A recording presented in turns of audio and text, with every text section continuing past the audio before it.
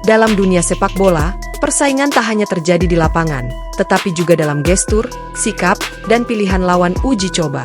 Indonesia dan Malaysia, dua negara dengan rivalitas panjang di kawasan Asia Tenggara, kembali menunjukkan perbedaan tajam dalam menyikapi ajakan adu gengsi. Namun kali ini, Malaysia tampaknya salah langkah.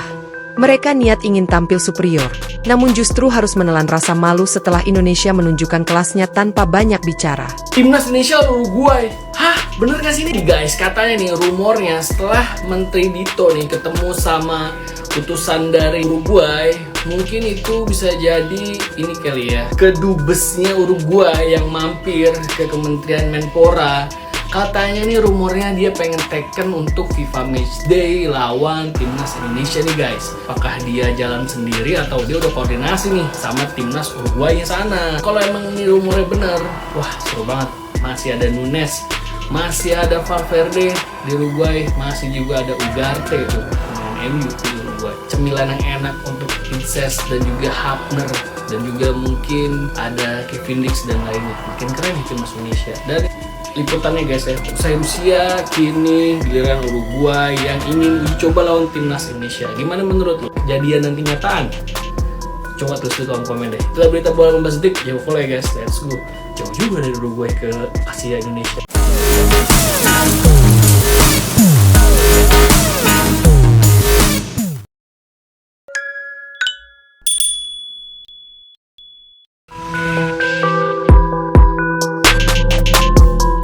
Dalam dunia sepak bola, persaingan tak hanya terjadi di lapangan, tetapi juga dalam gestur, sikap, dan pilihan lawan uji coba. Indonesia dan Malaysia, dua negara dengan rivalitas panjang di kawasan Asia Tenggara, kembali menunjukkan perbedaan tajam dalam menyikapi ajakan adu gengsi. Namun kali ini, Malaysia tampaknya salah langkah. Mereka niat ingin tampil superior, namun justru harus menelan rasa malu setelah Indonesia menunjukkan kelasnya tanpa banyak bicara. Awalnya, PSSI melalui jalur informal mengajukan keinginan untuk menggelar laga uji coba melawan Malaysia, sebagai bagian dari persiapan menuju ronde keempat kualifikasi Piala Dunia 2026 zona Asia. Secara logika, pertandingan ini ideal, dua tim kuat Asia Tenggara, sejarah panjang rivalitas, sekaligus atmosfer stadion yang pasti memanas. Namun, Federasi Sepak Bola Malaysia, FAM, justru menolak tantangan itu secara terang-terangan. Tak hanya menolak, pernyataan dari pejabat internal FAM yang bocor ke media menunjukkan nada arogan. Mereka menyebut Indonesia sebagai tim berisik dan menyiratkan bahwa Malaysia kini butuh lawan yang lebih menantang. Ucapan tersebut sontak memantik perdebatan di kalangan suporter.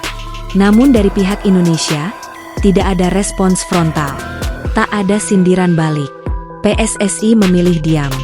Tak berselang lama setelah menolak Indonesia, FAM secara resmi mengumumkan bahwa Timnas Malaysia akan menggelar laga uji coba melawan Cape Verde, negara kecil di benua Afrika yang memiliki peringkat FIFA lebih tinggi dari Indonesia. Jelas, ini ditujukan sebagai pernyataan bahwa Malaysia kini bermain di level yang lebih tinggi. Namun publik tak sepenuhnya kagum. Justru banyak pertanyaan muncul. Apakah Malaysia benar-benar ingin menguji diri, atau hanya mencoba menghindar dari risiko kalah menghadapi Indonesia, yang saat ini sedang naik daun? Lebih ironis lagi, pengamat sepak bola Malaysia sendiri mulai mempertanyakan langkah FAM. Kalau kita benar lebih kuat dari Indonesia, buktikan di lapangan. Kenapa harus kejar lawan dari Afrika kalau di Asia Tenggara sendiri belum tentu bisa menang stabil? Ujar Hafizal Hamad, jurnalis olahraga senior Malaysia. Sementara Malaysia sibuk mencari panggung di luar Asia, Indonesia justru menyusun strategi dalam senyap. Tanpa pengumuman bombastis, PSSI melalui kerjasama dengan agensi internasional serta komunikasi bilateral, membuka peluang uji coba dengan dua negara elit dunia, Rusia dan Uruguay. Dan hebatnya, tawaran itu datang bukan dari lobi PSSI, melainkan langsung dari Federasi Sepak Bola Rusia dan Uruguay yang secara resmi menyatakan minat untuk menggelar uji coba melawan skuad Garuda. Menurut informasi yang diterima redaksi dari sumber internal PSSI, pihak Rusia menganggap Indonesia sebagai tim Asia yang progresinya cepat dalam 2 tahun terakhir. Apalagi dengan nama besar Patrick Kluivert sebagai pelatih kepala, Indonesia dianggap memiliki daya saing yang layak diuji. Adapun Uruguay, negara yang memiliki 2 gelar Piala Dunia dan segudang bintang di Eropa, disebut tertarik karena melihat potensi Indonesia sebagai pasar sepak bola yang sangat besar serta lawan yang cukup menantang dalam persiapan mereka menuju Piala Dunia antar klub 2025. Ini menjadi bukti sahih bahwa Indonesia kini bukan lagi tim pelengkap di Asia. Kita bukan hanya disegani di kawasan ASEAN, tetapi juga mulai diperhitungkan di mata dunia.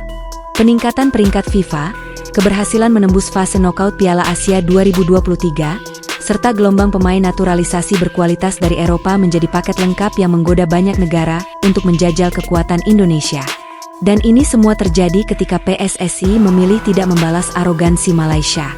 Kita biarkan dunia yang menilai, dunia yang datang menyapa. Di media sosial, para supporter Indonesia tak menyia-nyiakan momen ini. Banyak yang menyindir Malaysia dengan mengatakan, mereka pamer lawan Cape Verde, kita malah disapa Rusia dan Uruguay. Siapa yang sebenarnya dihormati? Ada juga yang menulis, kita nggak perlu sombong. Dunia sudah tahu siapa yang layak dihargai. Tagar Indonesia disapa dunia dan Malaysia takut kalah sempat menjadi tren di Twitter, menunjukkan bagaimana publik begitu menikmati ironi situasi ini. Ketua Umum PSSI, Erick Thohir, saat dikonfirmasi tak ingin masuk dalam pusaran polemik. Ia hanya menegaskan bahwa Indonesia saat ini fokus mempersiapkan tim untuk level tertinggi. Kami bersyukur karena Indonesia kini dihormati oleh negara-negara besar. Kami ingin menjaga momentum ini, agar sepak bola kita terus maju, ujar Erick dalam wawancara terbaru. Pelatih Patrick Kluivert juga menyampaikan hal senada. Menurutnya, bermain melawan tim-tim besar bukan hanya soal hasil, tetapi juga membentuk mental juara.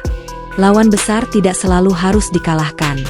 Yang penting adalah kita belajar dari mereka dan memperlihatkan bahwa Indonesia punya potensi besar, katanya. Malaysia sempat merasa bahwa mereka berada di atas angin. Menolak uji coba dari Indonesia adalah bagian dari strategi menaikkan citra. Tapi realitas berkata lain. Ketika Indonesia justru dilirik dan dihormati oleh tim-tim dunia, seluruh narasi superioritas Malaysia runtuh dengan sendirinya.